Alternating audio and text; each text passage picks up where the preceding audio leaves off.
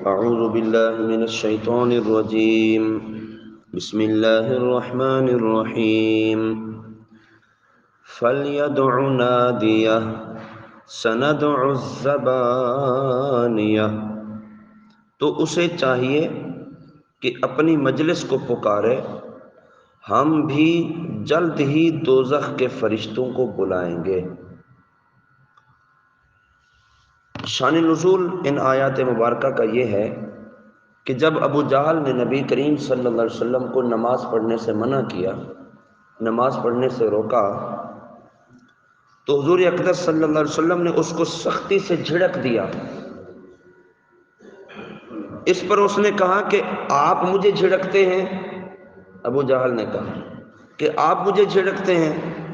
خدا کی قسم میں آپ کے مقابلے میں نوجوانوں کو، سواروں کو، پیدلوں کو، ان لوگوں سے میں اس جنگل کو بھر دوں گا، اور آپ جانتے ہیں کہ مکہ مکرمہ میں مجھ سے زیادہ بڑے جتھے والا کوئی نہیں۔ ابو جہل نے کہا مجھ سے زیادہ بڑی مجلس والا کوئی نہیں ہے۔ تو جب یہ دھمکیاں دی نا امام الانبیاء صلی اللہ علیہ وسلم کو ابو جہل نے، تو اللہ تعالیٰ نے یہ آیات مبارکہ نازل فرمائی۔ اللہ، جن کا مفہوم یہ ہے کہ ابو جہل اپنی مجلسوں کو پکار لینے کی دھمکیاں لگا رہا تھا، تو اسے چاہیے کہ میرے حبیب کے مقابلے میں اپنی مدد کے لیے اپنی مجلس کو پکارے۔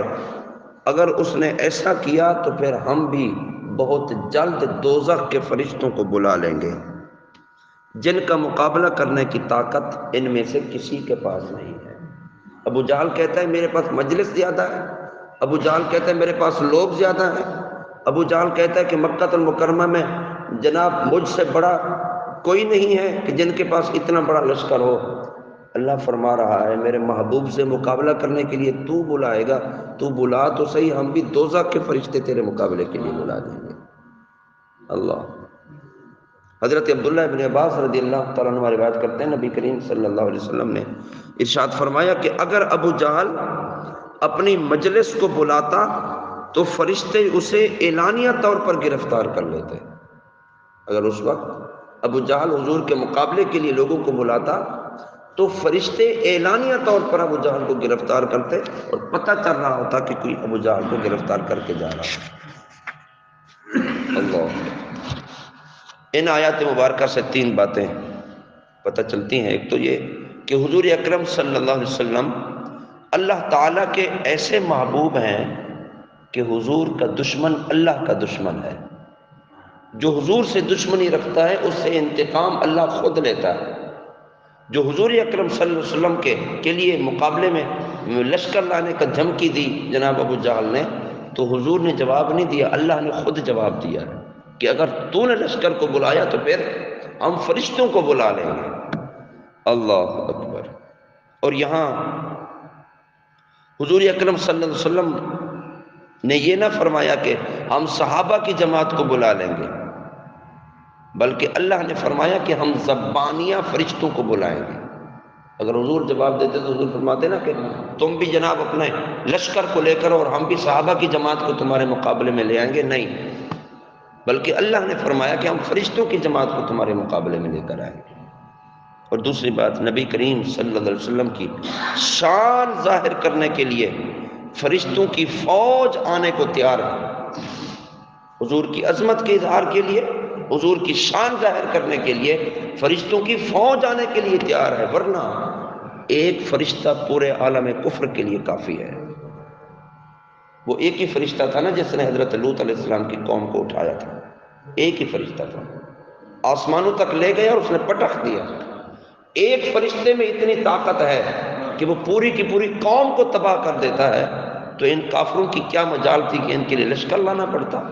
لشکر اس لیے آنے کو تیار ہے کہ صرف حضور کی عظمت کا اظہار ہے کہ محبوب ہے اتنی شانوں والا، ہر فرشتہ چاہتا ہے کہ میں اللہ کے محبوب کی حفاظت کے لیے جاؤں، ورنہ ایک ہی فرشتہ کافی ہے اس قوم کو تباہ و برباد کرنے کے لیے۔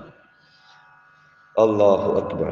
اور امر کا ہر صیغہ وجوب کے لیے نہیں ہوتا بلکہ اور چیزوں کے لیے بھی ہوتا ہے، جیسے یہاں امر کا صیغہ تو ہے لیکن وجوب کے لیے نہیں بلکہ غضب کہ اظہار کے لیے، اظہار غضب کے لیے یہاں آیا۔ تو دیکھیں اللہ رب العالمین اپنے محبوب کی کیسی حفاظت فرماتا ہے۔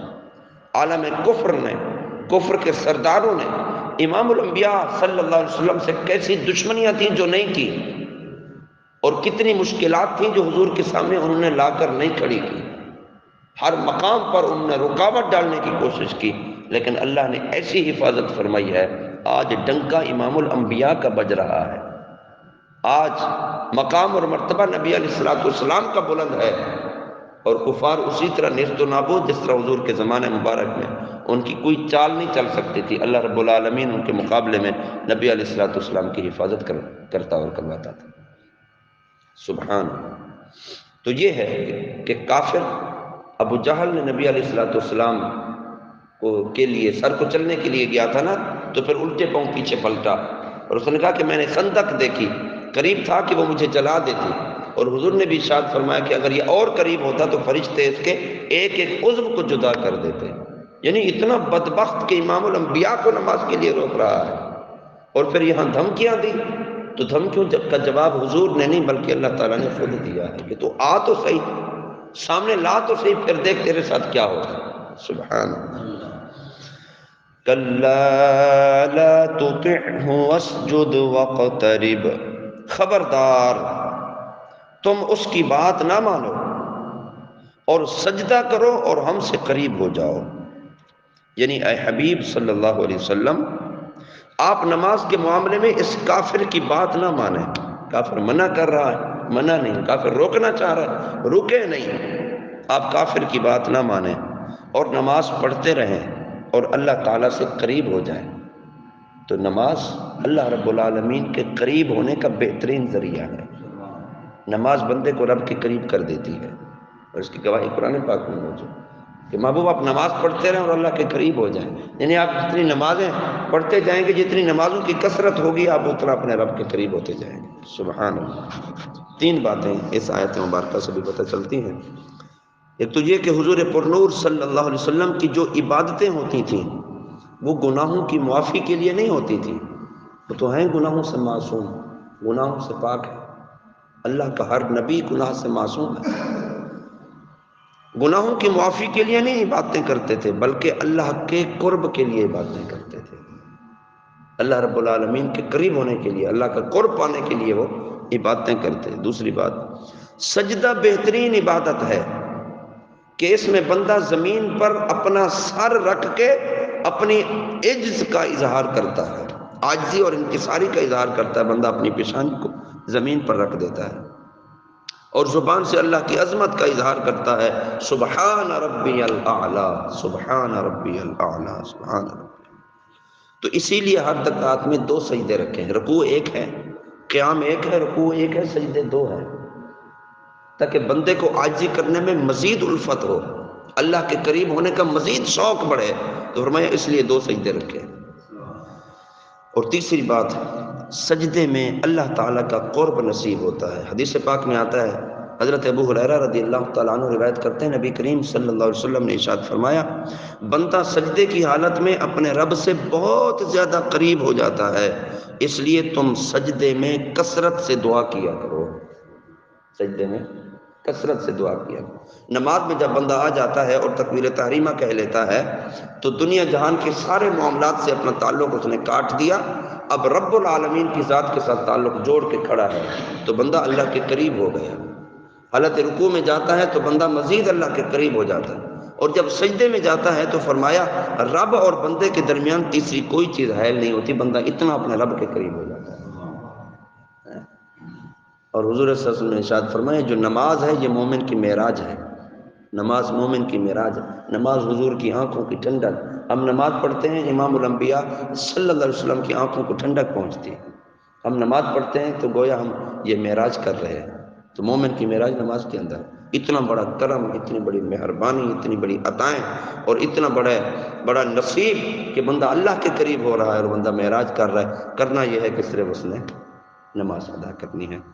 تو اللہ رب العالمین ہم سب کو نماز کی پابندی بھی نصیب فرمائے اور سجدوں کی لذتیں اللہ تعالی ہمیں عطا فرمائے، اور شرعی مسئلہ یاد فرمائیں یہ سورۃ العلق کی آخری آیات مبارکہ تھی، اور قرآن پاک میں جو 14 سجدے ہیں آیات مبارکہ میں، آج آخری سجدہ تلاوت آپ نے سماعت فرمایا، تو سامعین و ناظرین سب کے لیے آج سجدہ تلاوت سب پر واجب ہوا۔ اور شرعی مسئلہ یہ ہے کہ نماز فجر جب ادا کر لیتے ہیں تو پھر کوئی سجدہ کرنے کی اجازت نہیں ہوتی، یا تو سورج طلوع ہو اس کے 20 منٹ بعد مکروہ وقت ختم ہو جائے پھر آپ سجدہ تلاوت کر سکتے ہیں، یا پھر یہ ہے کہ جب آپ نماز ظہر کے لیے آئیں تو اس وقت سجدہ تلاوت سب پر واجب ہے، اس وقت ہم سب پھر سجدہ تلاوت کریں گے۔ اللہ رب العالمین عمل کی توفیق عطا فرمائے۔ وما علینا الا البلاغ المبین۔